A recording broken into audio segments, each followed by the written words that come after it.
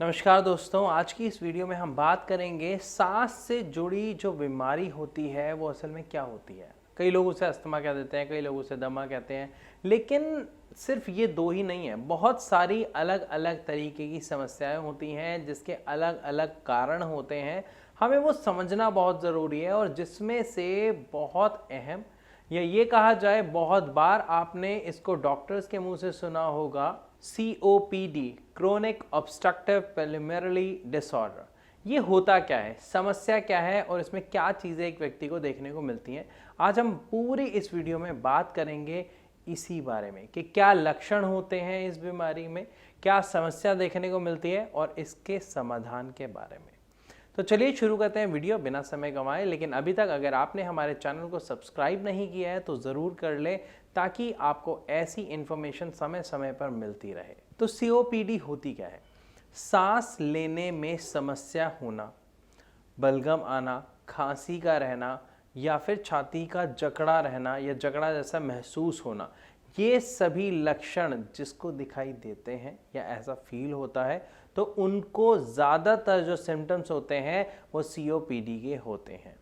ऐसा होता क्यों है, कारण की बात करते हैं। जो लोग काफ़ी समय से स्मोक करते हैं या एनी हाउ ऐसी सोसाइटी में या ऐसी कंपनी में रहते हैं जहाँ पर उनके या तो परिवार का कोई सदस्य या उनका दोस्त वगैरह सिगरेट पीता है और वो धुआं उनके अंदर जाता है, ऐसे लोगों को, या फिर ये समस्या डस्ट और पोल्यूशन के कारण भी होती है। जब किसी तरीके का वायरस या किसी तरीके का केमिकल लाइक सिलिका वगैरह हमारे शरीर में जाता रहता है लंबे टाइम के लिए, तो हमें क्रोनिक ऑब्स्ट्रक्टिव पल्मोनरी डिसऑर्डर का सामना करना पड़ता है या ये समस्या देखने को मिलती है। असल में इस समस्या की दो अलग अलग कंडीशंस होती हैं।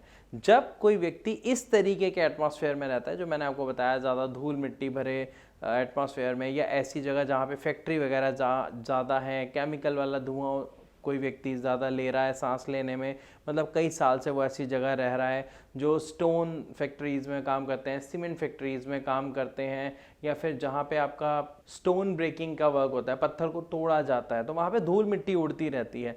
तो ऐसी जगह पर रहने वाले लोगों को, या अगर मैं बात करूँ सिटीज़ में, जैसे पॉल्यूशन अभी हम देख रहे हैं दिल्ली में पॉल्यूशन बहुत ज़्यादा बढ़ गया है, तो ऐसी जगह पर रहने से और लगातार कई सालों तक इसी एटमॉस्फेयर में रहने से COPD की समस्या यानी क्रोनिक ऑब्स्ट्रक्टिव पल्मोनरी डिसऑर्डर देखने को मिलता है। लेकिन ये जो दो टाइप है जो मैंने अभी आपको बताया, ये दो टाइप होती क्या है, इसको समझते हैं, क्योंकि इन दो टाइप को समझने से आपको समझ आ जाएगी कि ये बीमारी क्या है।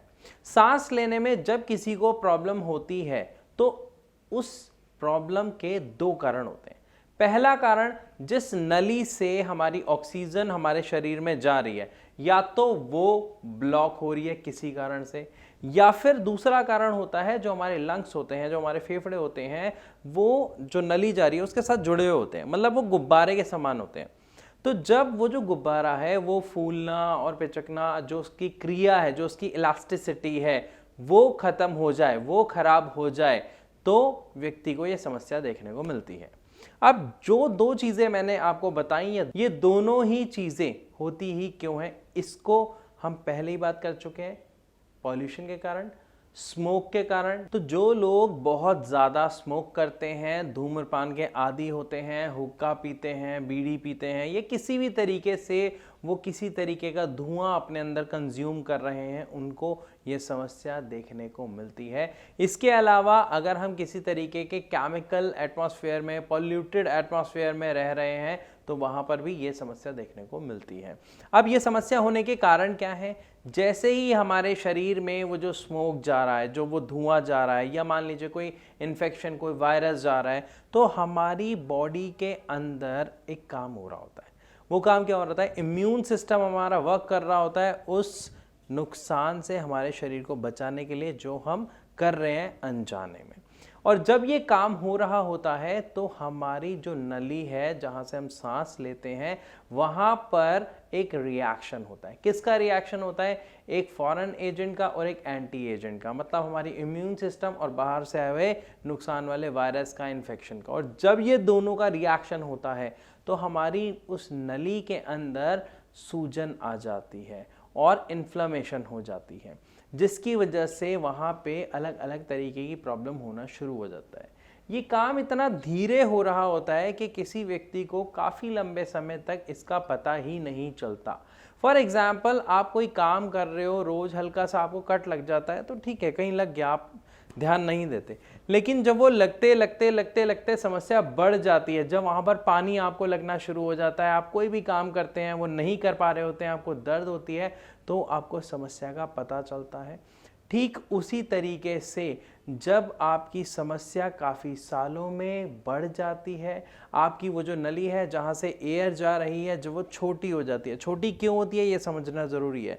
जो नली है उसमें हवा जा रही है प्रॉपर, लेकिन जब वो नली अंदर से इन्फ्लेमेशन होने की वजह से सूज गई, तो सूजने की वजह से जो उसका जगह थी वो कम हो गई, और इसके साथ क्या होता है, इसके अंदर ही ये जो डस्ट जा रही है, ये जो धुआं जा रहा है, उसकी वजह से बलगम बनने लगता है, म्यूकस बनने लगता है, जिसकी वजह से वो जो जगह है आपकी नली में सांस लेने की वो और छोटी हो जाती है, और छोटी होने की वजह से प्रॉपर तरीके से सांस आपके फेफड़ों में नहीं जा पाती है, और आपके शरीर में ऑक्सीजन की डेफिशिएंसी हो जाती है, कमी हो जाती है, और इसी को कहा जाता है क्रोनिक ब्रोंकाइटिस। तो ये तो बात हुई इसके एक पहले टाइप की। अब अगर बात करते हैं दूसरे टाइप की, जिसमें हमारी नली ठीक है, नली में कोई खास नुकसान नहीं हुआ है, लेकिन जब ये डस्ट, ये धुआं आपके अंदर जाने लगता है, बार बार नुकसान पहुंचाने लगता है हमारे उस गुब्बारे को, हमारे उस लंग्स को, जिसके अंदर इलास्टिसिटी है, जो सांस लेने में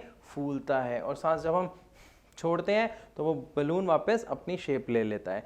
जब इसकी ये इलास्टिसिटी खत्म हो जाती है, जब ये फूलना और पिचकना बंद हो जाता है, तब जो समस्या आती है उसको बोला जाता है एम्फीसेमा। अब ये जो गुब्बारे की जो प्रॉब्लम है, जो इसकी इलास्टिसिटी ये खत्म क्यों हो रही है, इसको भी समझना बहुत ज़रूरी है। देखिए, जब आपके अंदर वो डस्ट जा रही है, बार बार चीज़ें जा रही हैं, तो वहाँ पर भी क्या हो रहा है, इन्फ्लेमेशन हो रहा है, जिसकी वजह से आपके वो जो बलून है, वो जो लंग है, उसको नुकसान पहुंच रहा है। तो हमारा इम्यून सिस्टम क्या करता है, वहाँ पर एक प्रोटेक्टिव लेयर को जमा करना शुरू कर देता है आपके उस लंग्स की आउटर वॉल को बचाने के लिए। और ये जो लंग है, जो हवा आ रही है जा रही है, ये काम क्या कर रहा है, ये हमारी जो अंदर की गैस है उसको एक्सचेंज कर रहा है, ऑक्सीजन अंदर दे रहा है और कार्बन डाइऑक्साइड बाहर निकाल रहा है। लेकिन जब वो प्रोटेक्टिव लेयर इसके अंदर आ गई, तो वो जो लेयर होती है वो बहुत मोटी होती है, उस लेयर के ऊपर साथ में इन्फ्लेमेशन भी हो रहा है, और इन्फ्लेमेशन होने के साथ साथ उसमें म्यूकस भी बन रहा है।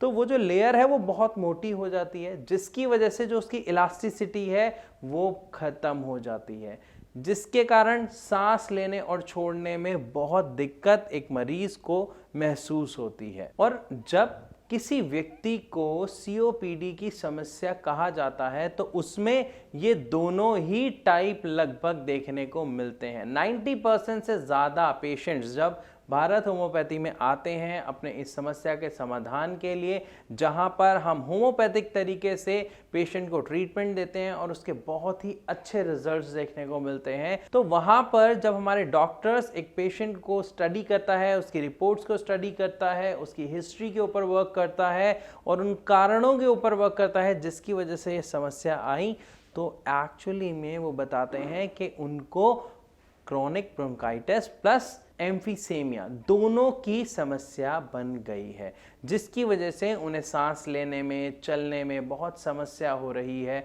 उन्हें थोड़ी दूर चलने में ही सांस चढ़ जाती है, छाती बंदी बंदी सी लगती है, कफ बहुत ज़्यादा आता है, खांसी रहती है हमेशा।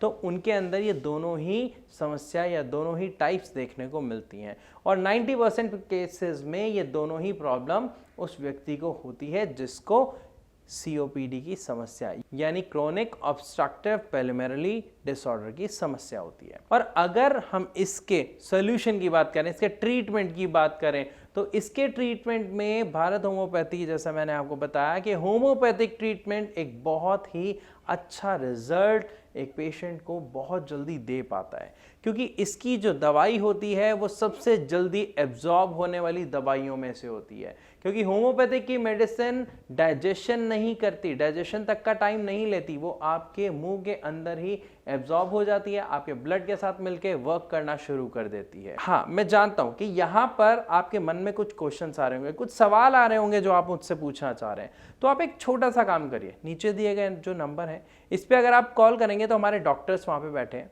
आप अपना सवाल अभी के अभी हमारे डॉक्टर से पूछिए, वो आपको आपके सवाल का जवाब देंगे, सारी चीजें समझाएंगे, वो भी फ्री ऑफ कॉस्ट। कोई पैसा नहीं देना आपको, फ्री ऑफ कॉस्ट कंसल्ट आप हमारे डॉक्टर से कर सकते हैं। तो वेट किस बात का, अभी फोन उठाइए, नंबर लगाइए और उनसे बात कीजिए।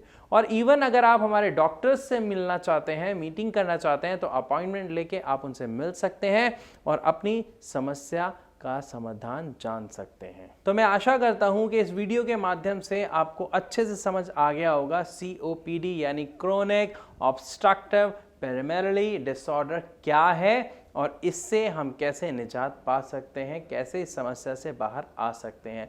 तो सबसे पहली और आखिरी चीज़, जब कोई पेशेंट अगर बीमार पड़ता है, किसी समस्या का सामना करता है, तो उसे करनी चाहिए वो है उसे पैनिक नहीं होना चाहिए, उसे टेंशन नहीं लेनी चाहिए, क्योंकि इससे आपकी जो भी समस्या है वो बढ़ेगी ही, कम नहीं होगी। तो आप टेंशन फ्री होके हमारे डॉक्टर से फ्री ऑफ कॉस्ट बात करके निश्चिंत हो जाइए और अपनी समस्या से बाहर आ जाइए। अगर वीडियो अच्छी लगी तो इसे लाइक और शेयर ज़रूर करना, ताकि और लोगों को भी इस समस्या के समाधान के बारे में पता लग सके। तो अब आप सबसे मैं विदा लेना चाहूँगा, मिलूंगा अपनी अगली वीडियो में, तब तक के लिए नमस्कार।